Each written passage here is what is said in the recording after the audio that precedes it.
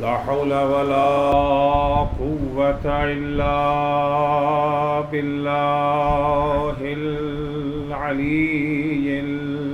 العظيم. أعوذ بالله من الشيطان اللعين الرجيم. بسم الله الرحمن الرحيم. الحمد لله والصلاة والسلام على رسول الله وعلى آله آل الله، لا سيما بقية الله ولعنة الله على أعدائهم أعداء الله من يومنا هذا إلى لقاء الله. أما بعد فقد قال الله: قل إنما أنا منذر وما من إله إلا الله الواحد القهار. صلوات پڑھیں محمد.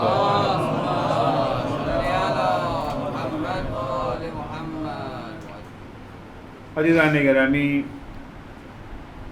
اللہ جل شانہ ہم انسانوں کو توحید کی اہمیت سے آگاہ کرتے ہوئے ارشاد فرماتا ہے کہ میرے حبیب ان سے کہہ دیجئے انما انا منذر، میرا کام تو صرف تمہیں ہوشیار کر دینا ہے، تمہیں آگاہ کر دینا ہے، تمہیں باخبر کرنا ہے. کیا باخبر کرنا ہے؟ کہ ما من الہ الا اللہ، کوئی ہستی، کوئی ذات ایسی نہیں ہے جو قابل اطاعت و عبادت ہو سوائے اللہ کے. صرف اللہ ہی کو یہ زیب دیتا ہے کہ اس کے آگے جبینیں جھکتی رہیں. صرف خدا ہی کی چوکھٹ وہ چوکھٹ ہے جہاں انسان کی جبین جھکنے کے لائق ہے. کون خدا؟ ما من الہ الا اللہ الواحد القہار، وہ خدا جو اکیلا معبود ہے، کوئی اس کا شریک نہیں ہے. اور ایسا معبود ہے القہار جو ہر چیز پر قدرت رکھتا ہے، کوئی چیز بھی اس کے قبضے قدرت سے باہر نہیں ہے. یہ وہ حاکم نہیں ہے جو مجبور حاکم ہو، یہ قادر حاکم ہے. عزیزو، توحید ایک ایسا نظریہ ہے، ایک ایسا تصور ہے توحید کا، کس کا تصور ہی اس کی تصدیق کے لیے کافی ہوتا ہے. توحید وہ کسوٹی ہے جس پر انسانوں کی قدر و قیمت اور عظمت کو پرکھا جا سکتا ہے. انسان کی عظمت کا معیار، انسان کی قدر و قیمت کا معیار خداوند متعال کی توحید ہے.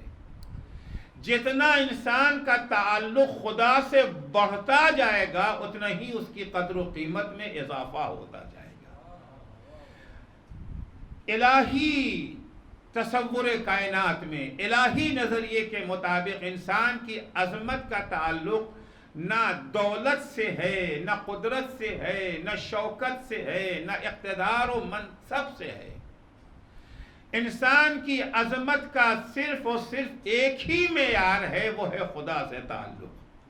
جتنا خدا کی بندگی بڑھتی جائے گی اتنے ہی انسان کی عظمت میں اضافہ ہوتا جائے گا. ان اکرمکم عند اللہ اتقاکم، تمہارے درمیان سب سے زیادہ مکرم اور معظم وہی ہے جس میں جتنا زیادہ تقوی پایا جاتا ہو. تقوی یعنی جتنا زیادہ خدا سے وابستگی بڑھتی جائے گی اتنا ہی تقوی کا معیار بڑھتا چلا جائے گا. صلوات پڑھیں گے محمد و آل محمد پر. خدا بند متعال نے اگر کچھ لوگوں کو نبی بنایا، کچھ لوگوں کو امام بنایا، خاص درجہ اگر انہیں عطا کیا ہے، خاص مقام اور خاص عظمت سے اگر انہیں نوازا ہے، اس کی صرف ایک وجہ تھی. وجہ یہ تھی کہ وہ بندوں میں سب سے زیادہ اس کے اطاعت گزار تھے. چنانچہ ارشاد ہوتا ہے قرآن مجید میں وَجَعَلْنَاهُمْ أَئِمَّةً يَهْدُونَ بِأَمْرِنَا وَأَوْحَيْنَا إِلَيْهِمْ فِعْلَ الْخَيْرَاتِ وَإِقَامَ الصَّلَاةِ وَإِيتَاءَ الزَّكَاةِ وَكَانُوا لَنَا عَابِدِينَ. کچھ لوگوں کو ہم نے امت کا پیشوا بنایا ہے، امام بنایا ہے، انہیں ہم نے ہدایت کی ذمہ داریاں سونپی ہیں، تمام نیکیوں کی ان پر وحی کر دی ہے، نماز کو قائم کرنے کی، زکوٰۃ کو ادا کرنے کی. یہ سارا منصب، یہ اتنا عظیم عہدہ، امامت کا عہدہ، ہدایت کا منصب انہیں کیوں عطا کیا ہے؟ وجہ یہ ہے کہ کانوا لنا عابدین، یہ وہ ہستیاں ہیں جو ہمیشہ ہمارے سامنے سر بسجود رہتی ہیں، ہمارے سوا ان کی جبیں کسی کے آگے جھکتی ہی نہیں ہے. صلوات پڑھیں گے محمد و آل محمد پر. اہل دنیا اگرچہ عظمتوں کا معیار، عظمتوں کو تولنے کے لیے انہوں نے دولت کو معیار بنا رکھا ہے، انہوں نے اقتدار کو معیار بنا رکھا ہے. ایک انسان کل تک گھومتا رہتا تھا، اسے کوئی اہمیت نہیں دیتا تھا، وہ کہیں اتفاق سے پارلیمنٹ کا ٹکٹ مل گیا، ممبر پارلیمنٹ بن گیا، منسٹر بن گیا. اب ظاہر سی بات ہے اس کی آؤ بھگت میں فرق آ جاتا ہے، اس کی عزت میں فرق آ جاتا ہے. جتنا اسے اہمیت کل نہیں دی جاتی تھی آج اسے کیوں اہمیت کیوں دی جا رہی ہے؟ وجہ کیا ہے؟ ایک ہی وجہ ہے. وجہ یہ ہے کہ ان کے پاس اقتدار ہے، کرسی ہے. کل تک کاروبار ان کا ٹھپ جا رہا تھا، کوئی ان کو توجہ نہیں دیتا تھا. آج ماشاءاللہ کاروبار چمک گیا، دولت کا ڈھیر لگ گیا. اب وہ دولت کیسے آئی؟ حلال طریقے سے آئی، حرام طریقے؟ معیار یہ نہیں ہے. معیار آج اہل دنیا کی نگاہ میں یہ ہے کہ دولت ہونا چاہیے، چاہے کیسے ہی آئی ہو، پاور ہونا چاہیے، چاہے جس طریقے سے پاور مل گیا ہو. لیکن قرآن مجید ایسے افراد کو انسان بھی ماننے کو تیار نہیں ہے. عظمت تو دور کی بات ہے، جنہوں نے اپنا رشتہ خدا سے توڑ کر کے دولت سے رشتہ جوڑا ہے، اقتدار سے رشتہ جوڑا ہے، پاور سے رشتہ جوڑا ہے. قرآن مجید تو کہتا ہے اولئک کالانعام، یہ تو جانور ہیں، بل ہم اضل، یہ تو جانور سے بھی بدتر ہیں. یہ تو جانور کہلانے کے لائق ہوئے، جانور ان سے کہیں بہتر ہے، جانور کا درجہ ان انسانوں سے کہیں زیادہ بلند و بالا ہے. قرآن مجید ایسے انسانوں کے لیے دو جانور کا تذکرہ کرتا ہے. ایک جگہ پہ ان کو کتا کہتا ہے، ایک جگہ انہیں گدھا کہتا ہے. دو تعبیریں قرآن. مثلہ کمثل الکلب ان تحمل علیہ یلہث او تترکہ یلہث. یہ افراد جنہوں نے اپنا رشتہ خدا سے توڑ لیا ہے، جو خدا کی اطاعت کرنے کے بجائے دولت کے پجاری بنے ہوئے ہیں، اقتدار کی پوجا کرتے ہیں، یا کبھی خدا کی عبادت کرتے ہیں اور کبھی جو ہے شیطان کی پوجا کر لیتے ہیں. ایسے افراد کو قرآن کہتا ہے کہ مثلہ کمثل الکلب، اس کی مثال تو کتے کی ہے. ان تحمل علیہ، اگر اس سے باس خاص کیا جائے تب بھی اس کی زبان نکلی رہتی ہے، اور تترکہ یلہث، اگر اسے اس کے حال پہ چھوڑ دیا جائے پھر بھی اس کی زبان ہمیشہ باہر ہی رہتی ہے. دوسری جگہ پہ اس کو گدھے سے تعبیر دیتے ہیں. مثل الذین حملوا التوراۃ ثم لم يحملوها كمثل الحمار يحمل اسفارا.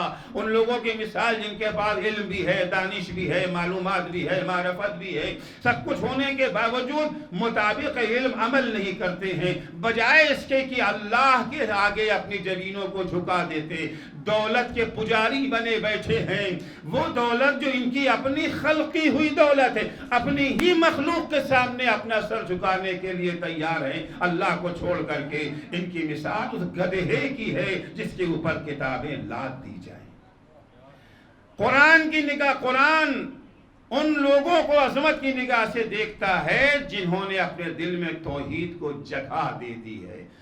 کن الفاظ سے انہیں عرض کیا کہ جن لوگوں نے اپنا رشتہ خدا سے توڑ لیا ہے، جو لوگ دولت کے پجاری بن گئے ہیں، جو لوگ اقتدار کی چوکھٹ پر ہمیشہ اپنی جبینیں جھکائے رہتے ہیں، وہ صرف یہ دیکھتے ہیں کہ اقتدار کہاں ہے، کرسی کہاں ہے، اگرچہ انہیں معلوم ہوتا ہے کہ حق کہاں ہے، حق کہاں ہے، جاننے کے باوجود اس باطل کی چوکھٹ کے اوپر جب عیسائی کرتے ہیں جو جہاں پر دولت اور اقتدار پایا جاتا ہے۔ میں نے کل بھی عرض کیا تھا، کوفے کی اکثریت وہ تھی جو امام حسین کی عظمت سے آشنا تھی، امام حسین کی حقانیت کی قائل بھی تھی، دل میں امام حسین کے لیے نرم گوشہ بھی تھا۔ میں تو یہ نہیں کہوں گا کہ ان کے دل میں محبت تھی، میں لفظ محبت کو بدنام نہیں کرنا چاہتا، نرم گوشہ ان کے دل میں پایا جاتا تھا، لیکن ان کی وابستگی خدا سے نہ تھی، اللہ کے قوانین سے وابستگی نہ تھی، ان کی وابستگی دولت سے تھی، ان کی وابستگی طاقت سے تھی۔ امام حسین کے ہمراہ دل ہونے کے باوجود تلوار کے خوف سے یا تھیلیوں کے لالچ میں عمر سعد کے لشکر میں شامل ہو گئے تھے۔ مظلومیت اہل بیت کا اقرار تھا، مظلومیت اہل بیت پر آنسو بھی بہا رہے تھے، مگر ساتھ دولت والوں کا دے رہے تھے۔ روایت کا جملہ ہے کہ عصر عاشوراء شہادت امام حسین علیہ السلام کے بعد جب آپ کے خیمے پر حملہ ہوا ہے، جب لوٹ کا بازار گرم ہوا ہے، ایک شقی جناب ام کلثوم کے، جناب فاطمہ کبریٰ کے کانوں سے ان کی بالیاں بھی چھین رہا تھا اور رو بھی رہا تھا۔ جناب فاطمہ کبریٰ پوچھتی ہیں رو کیوں رہا ہے؟ کہتا ہے تمہاری مظلومیت پہ رو رہا ہوں۔ مظلومیت کا اعتراف بھی ہے، مظلومیت پر آنسو بھی بہا رہا ہے، مگر چھین بھی رہا ہے۔ جناب فاطمہ کبریٰ کہتی پھر تو چھین کیوں رہا ہے؟ کہتا ہے یاخذھا غیری، تمہارے مقدر میں تو لوٹنا ہی ہے، میں نہ لوٹوں گا کوئی اور لوٹے گا۔ ارے کمبخت، جب تجھے ان کی مظلومیت کا احساس ہے، ان کے حقانیت کا احساس ہے، تیری ذمہ داری یہ تھی کہ لوٹنے والوں کے مقابلے میں کھڑا ہو جاتا، نہ کہ لوٹنے والوں کی صف میں شامل ہو گیا۔ لہٰذا یاد رکھیے، صرف عزائے حسین پہ رو لینا کافی نہیں ہے، مظلومیت حسین کا احساس کر لینا کافی نہیں ہے، مظلومیت کو یاد کر کر کے آنسو بہانا کافی نہیں ہے۔ اس وقت عظمت کے مالک ہوں گے، اس وقت ہماری قدر و قیمت پروردگار کی نگاہوں میں بڑھے گی جب ہم حق کو پہچان کے حق کا ساتھ بھی دیں، حق کی چوکھٹ کے اوپر ہمیشہ اپنا سر خم کیے رہیں، باطل کی چوکھٹ کی طرف دور سے دور بھی نگاہ ڈالنے کی کوشش نہ کریں۔ عزیزو، قرآن مجید نے جہاں پر ان لوگوں کی مذمت کی ہے، انہیں جانور کہا ہے، بلکہ جانور سے بدتر قرآن کہتا ہے جنہوں نے اللہ کے بجائے غیر اللہ کی اطاعت کا جوا اپنی گردن میں ڈال دیا۔ وہیں ان افراد کو کتنی عظمت سے یاد کرتا ہے جنہوں نے اپنا سارا وجود خدا کے لیے وقف کر دیا۔ قرآن اٹھا کر کے دیکھیں جناب آسیہ کو کن لفظوں میں قرآن مجید یاد کرتا ہے۔ آسیہ ایک عورت ہے، ایک خاتون ہے، اگرچہ عام طور سے اسلام کے اوپر الزام لگایا جاتا ہے کہ اسلام میں عورتوں کی کوئی قدر و قیمت نہیں ہے، اسلام کی نگاہ میں عورتوں کی کوئی اہمیت نہیں ہے، اسلام تو مردوں کا دین ہے، عورتوں سے اس سے کیا تعلق ہے؟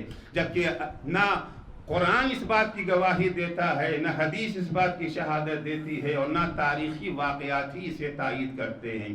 آج چہلم عورت ہی کا دن تو ہے، آج چہلم عورت ہی کا تو دین ہے۔ کربلا کی داستان کے دو کردار ہیں، حدیث عشق کے دو باب ہیں، حدیث عشق کے دو باب ہیں، یکی حسین رقم کر دو دیگری زینب۔ ایک چیپٹر حسین نے لکھا ہے، دوسرا چیپٹر زینب نے لکھا ہے۔ اگر 10 محرم حسین سے مخصوص ہے، 20 صفر زینب کبریٰ سے وابستہ ہے۔ صلوات پڑھیں گے محمد و آل محمد پر۔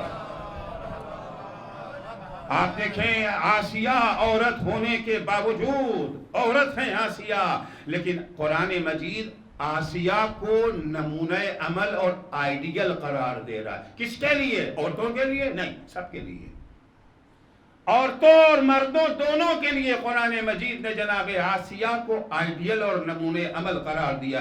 ضرب اللہ مثلا للذین آمنوا امرأۃ فرعون، اللہ نے مومنوں کے لیے، مومن چاہے مرد ہو مومن چاہے عورت ہو، جو صاحب ایمان ہیں، صاحب ایمان کے لیے آئیڈیل اور نمونے عمل قرار دیا ہے جناب آسیہ کو۔ کب آسیہ کو؟ آسیہ کے بھی دو مرحلے ہیں نا۔ ایک مرحلہ وہ ہے جب وہ فرعون کی بیوی ہے، فرعون کی ملکہ ہے، محلوں میں رہنے والی ہے، دولت میں غرق ہے ہر طرف، اس وقت وہ معیار نہیں ہے، اس وقت وہ آئیڈیل نہیں ہے۔ ضرب اللہ مثلا للذین آمنوا اذ قالت رب ابن لی عندک بیتا فی الجنہ ونجنی من فرعون وعملہ ونجنی من القوم الظالمین۔ کب آسیہ آئیڈیل ہے؟ کب آسیہ کی زندگی ہمارے لیے نمونہ عمل ہے؟ اس وقت جب آسیہ فرعون کے تشدد کی چکی میں پس رہی تھی، جب فرعون کو پتہ چل گیا، چھپائے ہوئی تھی اپنے ایمان کو جناب آسیہ، جب فرعون کو پتہ چل گیا، مگر مشکل یہ ہے کہ ایمان کتنا چھپائیے چھپتا نہیں ہے، مشک مانند ہے، جتنا چھپانا چاہیے اس پر کبھی نہ کبھی آشکار ہو ہی جاتا ہے، پردہ ایمان پر سے اٹھ ہی جاتا ہے۔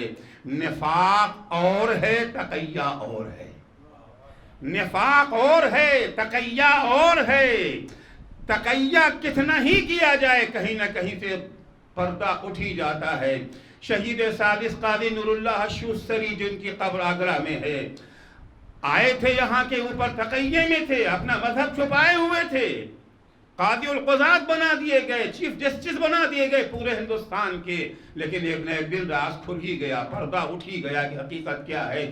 آسیہ بھی اپنا ایمان چھپائے ہوئی تھی، مگر جب فرعون کو پتہ چل گیا کہ یہ آسیہ ہمارے محل میں پلنے والی آسیہ، ہمارے ٹکڑوں پر پلنے والی آسیہ ہی ہمیں رب ماننے کو تیار نہیں ہے، وہ تو اللہ کو رب مان رہی ہے، وہ موسیٰ کی نبوت پر ایمان رکھتی ہے۔ وہ فرعون کے لیے بہت بڑے صدمے کی بات تھی، بہت مشکل مرحلہ تھا، باہر والوں کو خبر ہو گئی تو کیا ہوگا، ہماری تو ساری خدائی خطرے میں جو ہے پڑ جائے گی۔ پہلے جناب آسیہ کو سمجھانے کی کوشش کی، لالچ دینے کی کوشش کی، دیکھو تم کتنے عیش و آرام میں ہو، زیوروں میں لدی ہو، اور اگر زیورات چاہیے تو اور بنا دیں گے، اور بھی کوئی آسائش چاہیے تو تمہیں دینے کو تیار ہیں۔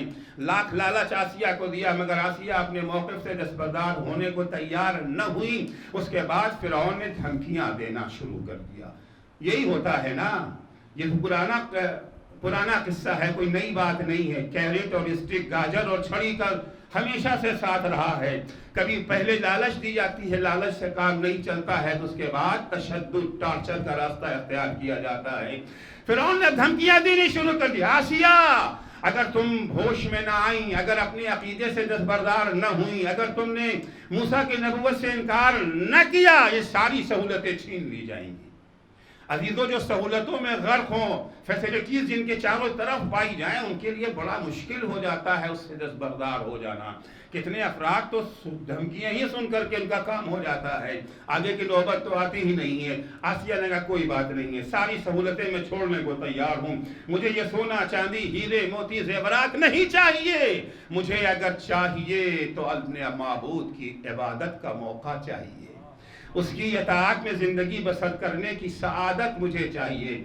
فرعون نے کہا اتنے ہی پر اکتفا نہ ہوگا کہ سہولتیں چھن جائیں گی، تمہیں اذیتیں دی جائیں گی، ٹارچر کیا جائے گا، تم پہ تشدد کے پہاڑ توڑے جائیں گے۔ آسیہ نے کہا سب منظور ہے۔ فرعون نے اپنی دھمکیوں پر عمل کرتے ہوئے آسیہ کو جلتی ہوئی زمین پر لٹال کر کے ہاتھ اور پیر میں کیل ٹھونک دیا، سینے پہ بڑا سا پتھر لا کر کے رکھ دیا۔ آسیہ اب بھی موقع ہے، باز آ جاؤ۔ جناب آسیہ اس وقت اپنے پروردگار کو خطاب کرتی ہیں، رب ابن لی عندک بیتا فی الجنہ، خدایا مجھے یہ سونا چاندی، یہ محل کی سہولتیں، یہ غلام کنیز خادمائیں نہیں چاہیے، پالنے والے مجھے یہ فرعون کا محل بھی نہیں چاہیے، خدایا مجھے جنت میں گھر چاہیے، وہ بھی ہر گھر نہیں، ہر جنت نہیں، وہ جنت جہاں تو ہو، جس جنت میں تو نہیں ہے وہ جنت بھی ہمیں نہیں چاہیے۔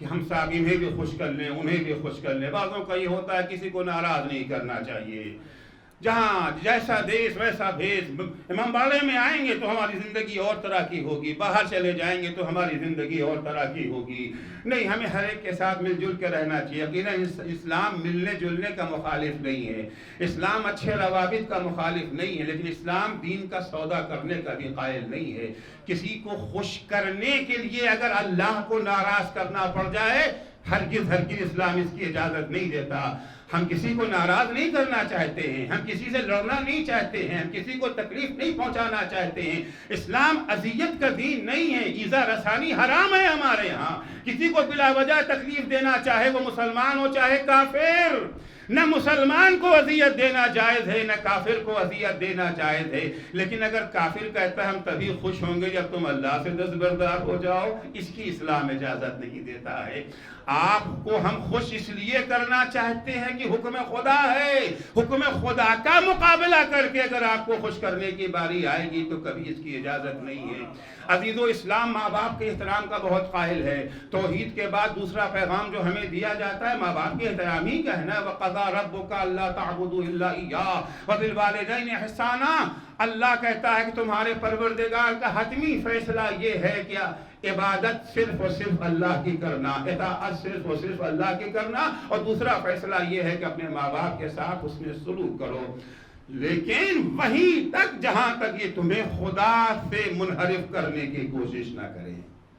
ان کے احکام کو مانو, انہیں ناراض مت کرو, لیکن اگر یہ تمہیں خدا کا گناہ کرنے کا حکم دے کبھی ان کی بات کو نہ ماننا. اسی قرآن میں کہتا ہے خداوند متعال وَإِن جَاهَدَاكَ عَلَىٰ أَن تُشْرِكَ بِي مَا لَيْسَ لَكَ بِهِ عِلْمٌ, اگر یہ تمہیں شرک کی دعوت دیتے ہیں فَلَا تُطِعْهُمَا, تو ان کی بات نہ ماننا. تو عزیزو, ہم جتنے بھی انسان اس زمین پر بستے ہیں ہم سب کا احترام کرتے ہیں, سب کی عزت کرتے ہیں, سب کی خدمت کے لیے تیار ہیں, سب کے ساتھ بھلائی کرنے کو تیار ہیں. اگر کوئی بھوکا ہے اس کا پیٹ بھریں گے یہ پہچان کیے بغیر کہ یہ مسلمان ہے یا کافر. اگر کوئی بیمار ہے اس کے علاج کا بندوبست کریں گے یہ تمیز کیے بغیر کہ یہ اپنا ہے کہ پرایا. لیکن اگر ہمیں اس بات پر مجبور کیا جائے کہ ہم خدا کے حکم سے غفلت اختیار کر لیں, ہمیں اس بات کی اجازت نہیں ہے. عزیزو, پیغمبر اکرم صلی اللہ علیہ وآلہ وسلم کی خدمت میں کفار قریش کے سردار آئے اور آنے کے بعد کہنے لگے کہ آپ جب سے آئیں, جب سے آپ نے اپنا نعرہ توحید بلند کیا ہے, قولوا لا الہ الا اللہ تفلحوا کے نعرے لگا رہے ہیں, آپ کے اس نعرہ توحید کی بنا پر معاشرے میں کافی خلفشار ہو گیا ہے, کافی اختلاف ہو گیا ہے. باپ ایک طرف, بیٹا ایک طرف, بھائی ایک طرف, بہن ایک طرف, معاشرے میں کافی ٹوٹ پھوٹ ہے, کافی ہنگامہ چل رہا ہے. ہم چاہتے ہیں کہ مسائل حل کر لیے جائیں, صلح و صفا کے ساتھ ہم سب زندگی بسر کریں. دیکھیے ایسا کرتے ہیں, ٹھیک ہے اب آپ تو اپنا مذہب چھوڑیں گے نہیں تو ایسا کر لیتے ہیں, آپ ہمارا مذہب مان لیجئے, ہم آپ کا مذہب مان لیتے ہیں.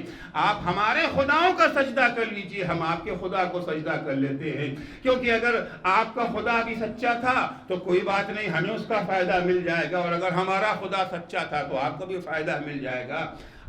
سمجھوتا ہو جائے ہمارے آپ کے درمیان میں. پیغمبر خاموش, وحی کا انتظار ہے. قرآن مجید کا پورا سورہ یاد نازل ہو گیا اس سلسلے میں. قل یا ایھا الکافرون لا اعبد ما تعبدون ولا انتم عابدون ما اعبد. میرے حبیب ان سے کہہ دیجئے یہ تمہاری تجویز قابل عمل ہے ہی نہیں. توحید میں شرک کی آمیزش کا امکان ہی نہیں ہے. جو تم فارمولہ پیش کر رہے ہو یہ صحیح و غلط تو بات کی بات ہے, یہ قابل عمل ہی نہیں ہے. تم یہ کہہ رہے ہو کہ ہم تمہارے خدا کو سجدہ کر لیتے ہیں, تم ہمارے بتوں کو سجدہ کر لو. تم بتوں کو سجدہ کرتے ہوئے خدا کا سجدہ کر ہی نہیں سکتے, کیونکہ ہم جس اللہ کے قائل ہیں اس کا کوئی شریک ہی نہیں ہے. اللہ کا سجدہ دوسروں کا سجدہ کرتے ہوئے ممکن ہی نہیں ہے. ہو ہی نہیں سکتا ہے کہ تم بتوں کا بھی سجدہ کرو اور اللہ کے آگے بھی زمینیں جھکا دو، اور ہمارے لیے بھی ممکن نہیں ہے کہ ہم اللہ کا بھی سجدہ کریں اور تمہارے بتوں کو بھی سجدہ کر لیں۔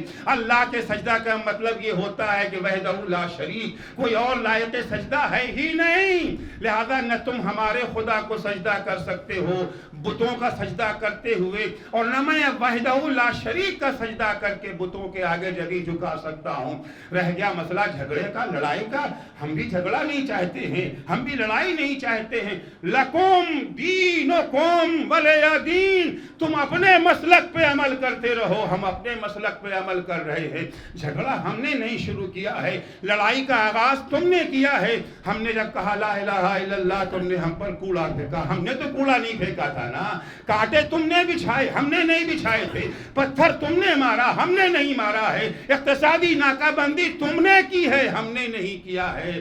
لکم دینکم ولی دین، اگر جھگڑا ختم کرنا چاہتے ہو تو اس کا مطلب یہ نہیں ہے کہ ہم توحید کے ہمراہ توحید میں شرک کی آمیزش کر دیں، یہ ناممکن ہے۔ حق حق رہے گا، باطل باطل رہے گا، حق اور باطل کی آمیزش کے ساتھ ایک تیسری چیز تیار کر دینا، وہ نہ حق رہے گا نہ وہ باطل رہے گا۔ ایک صلوات پڑھیں گے محمد و آل محمد۔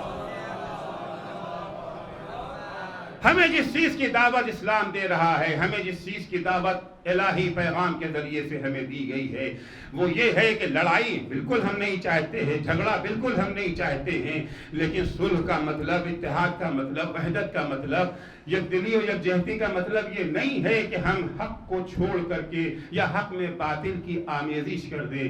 مولا کائنات امیر المومنین حضرت علی بن ابی طالب علیہ السلام فرماتے ہیں کہ جب کبھی حق اور باطل کی آمیزش کر دی جاتی ہے، جب حق میں باطل کو، باطل میں حق کو شامل کر دیا جاتا ہے، تو پھر خدا کی عبادت ممکن نہیں ہوتی ہے، پھر وہ شیطان کی اطاعت ہو جاتی ہے۔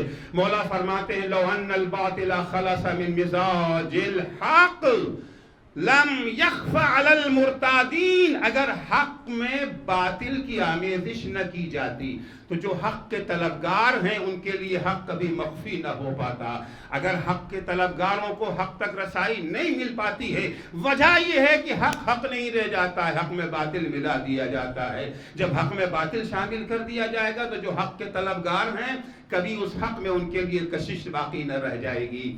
وَلَوْ خَلَصَ الْبَاطِلُ مِنْ لَبْسِ الْحَقِّ لا انقطع عنہ السن المعاندین، اور اگر حق میں باطل کو شامل نہ کر دیا جاتا، حق میں باطل کی آمیزش نہ کر دی جاتی، حق حق رہتا، باطل باطل رہتا، تو کبھی بھی حق دشمنوں کو حق کی طرف انگلی اٹھانے کا موقع نہ ملتا۔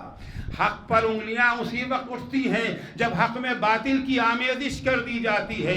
لا الہ الا اللہ حق ہے، محمد الرسول اللہ حق ہے، لیکن جب لا الہ الا اللہ محمد الرسول اللہ میں ظلم کی آمیزش ہو جاتی ہے، تشدد کی آمیزش ہو جاتی ہے، حقوق انسانی کی پامالی کی آمیزش ہو جاتی ہے، جب لا الہ الا اللہ محمد الرسول اللہ کا پرچم داعش کے ہاتھ میں آ جاتا ہے، جب لا الہ الا اللہ کا پرچم القاعدہ کے ہاتھ میں آ جاتا ہے، طالبان کے ہاتھ میں آ جاتا ہے، تو وہ موقع ہوتا ہے جب اسلام دشمنوں کو اسلام پر انگلی اٹھانے کا موقع مل جاتا ہے، اسلام پر اعتراض کرنے کا موقع مل جاتا ہے۔